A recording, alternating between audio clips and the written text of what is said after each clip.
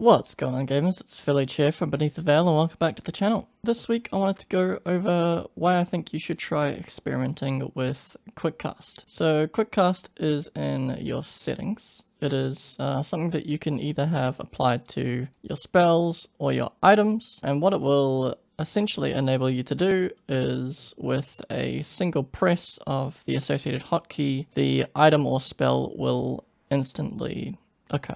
So there's a couple of settings that you can play around with to modify how Quickcast interacts. The one that I would most recommend is this one here. You want to make sure that Quickcast triggers on key press by default is unselected.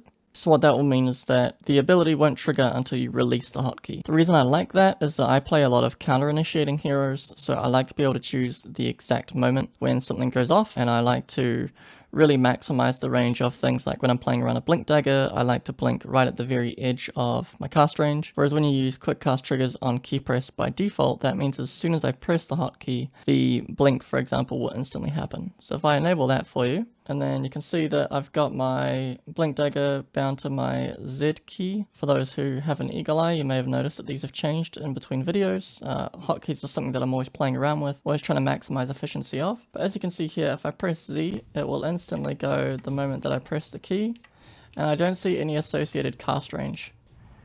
So this can be a good thing when you've got a feel for everything in terms of cast ranges and all that. But for those who like to be exact with, you know, the precise pixel that they blink onto, that's probably not going to be the best thing for you. So if you disable that instead, now when I hold Z, I can see the cast range and I can choose the exact place I want to blink to, and then all I have to do is release the key and then I blink over. The benefits to using Quickcast this way is that if I go to blink and then decide that actually I don't want to, I can simply just issue another command. So I can right click, and then I'm still actually holding Z right now, but it's just cancelled the order. So now I can safely let go of Z, it won't put my blink dagger on cooldown, and then I can, you know, go about my life and my game and do all that sort of stuff. Similarly, if I go to cast things like Rolling Boulder, and then right click, it'll save the spell. If I go to cast Geomagnetic Grip, and then right click, it'll release the spell. If I go to Boulder Smash, you know, I could select where I wanted it to go and then decide to right click instead. So you can really easily go cast your skills and then decide actually you don't want to, and then you can hold it that way. Other benefits are, if I want to do something like, if I'm playing around Earth Spirits, Enchant Remnant for example, let's say I want to do something like I want to blink in and then I want to enchant him and then I want to kick him back. So I can really easily go blink in, enchant, kick back, and then I can roll behind him, and then really easily follow up stun. So that's the benefit of Quickcast, whereas if I didn't have that, I have to blink in and then have to manually click him. So now what I would have to do is blink in and then select it and then click, and you can see that just adding another click can really slow down the combo, and then, you know, sometimes that can be enough for somebody to get away. So that's why I like putting everything to Quickcast by default. There are some people that like to have your Stone Remnant placed on regular cast so they can always place it, or they can do things like double tap to place it. What you can do with Quickcast is if you go into your settings again, go to advanced hotkeys, and then you can either have double tap abilities to self cast or smart double tap. If you have both of them selected, what that will do is whenever you hold Alt and press an ability or item hotkey, it will trigger the double tap if possible. The only caveat to this is that you can't have an Alt hotkey bound to the same key. So for example, since I don't have anything bound to Alt D, every time I hold Alt and then press D, it will always put a Stone Remnant in front of me. Similarly, if I go to do my Rolling Boulder and then do Alt D, it'll place one in front of me. So that can be a really helpful workaround for those who like that ability to go and aim the stun and then drop a Stone Remnant in front. You can really easily do that just by using the Alt version of the hotkey. It does mean that you have to free up the Alt version of that hotkey. So that can cause a little bit of inefficiency, but it's something to be aware of and something to play around.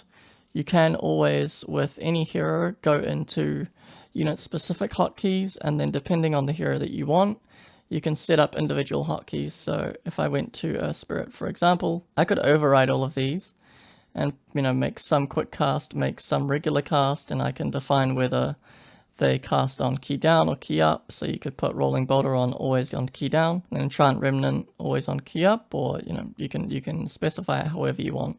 So the other thing is with Quickcast on items, you can specify what slots are quick cast, what are regular cast. You can have ones that'll be both. So you'd have something on quick cast and something on regular cast. Then you can also go into per item overrides. So depending on the item, you can decide whether the quick cast version will quick cast on key up or key down. So those are all things to consider as well. Other workarounds with quick cast slots is if I just move the yules. So other things to consider is that if you have Tangoes in a quick cast slot, then instead of needing to manually control click and then hand off to an ally, you can always, if I just spawn an ally Magnus, I can just hold control and then I can press my Tango hotkey and I can start handing off Tangoes to my Magnus really easily. I've got free spells on, so it's not actually reducing that amount, but if I were to disable that, then you can see that I'm handing off all of my Tangoes really quickly. Other things are if you have wards, so if you want to quickly swap between the ward that's selected so that you can place the right one,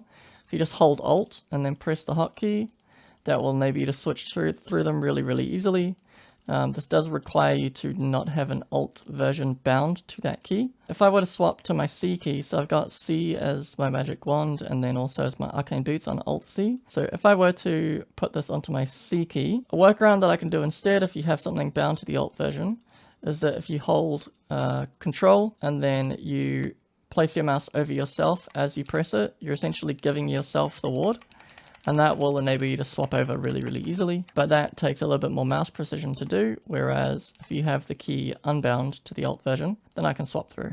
So that's the main thing. I thought I'd bring in another couple of use cases just to show you a couple of interactions that you need to be wary of with Quickcast. So no matter what with Magnetize, I can press it down and then hold it, and it won't actually cast until I let go. But no matter how much I click around, it will always release after the fact. So there are plenty of spells that are like that. If I go to Void Spirit, I can press E, it will always release a Resonant Pulse. But I can always go to cast my Astral Step and then cancel it by right-clicking. Aether Remnant, I can cancel that one as well. So vector-based and point target spells you can always cancel, whereas anything that's an instant cast or no target, they will always cast no matter what. So there's no way to cancel those except for certain ones you can go to cancel the animation. So with this simulate there, as you can see, I go to cast a spell and then I'm cancelling it before it procs. With Resonant Pulse, since it's instant, I can't actually cancel it no matter what. But there are certain spells that you can learn over time that you can cancel. Another one like that will be if I swap to Monkey King. So there we go, so I got Monkey King, so I can put him up in a tree. And then, so with his Boundless Strike, I can go to cast it and then cancel it. However, with his Primal Spring, if I go to cast that and then try to do the same thing with Stop, it won't actually let me do it because since that's a channel, I'm just cancelling the channel early and that will cause him to leap. So the only way to get around that for Primal Spring is that you have to right click, which will get him off the tree, but with tree dance only being a couple of seconds cooldown, it's not the end of the world if you jump down from the tree temporarily. But yeah, that's all I want to show for Quickcast in today's video. The one thing that I would recommend for anybody who's looking at getting into Quickcast but doesn't want to jump over to everything straight away, I would start with just keeping your spells on Quickcast and then maybe only switching over 2 of your item slots to Quickcast. When I initially started experimenting with Quickcast, I changed all of my abilities and then I had just my Z and my X hotkeys bound to Quickcast and then everything else was regular cast. It gave me enough familiarity with in terms of placing wards and stuff like that I kept those bound to things that I knew like the back of my hand because I've been doing it for so long, but it gave me a little bit of flexibility with starting to experiment. And then over time, I adjusted gradually into being fully in Quickcast, which just sped up my game. It made my combos a lot quicker. Just made me a better player overall with higher impact. That would be my suggestion, is start over with a hybrid setup. And then once you've got used to that hybrid setup and you want to start switching everything over, just switch one hotkey at a time every time. That's all for this week's video. Stay tuned for next week and I'll see you in the next video.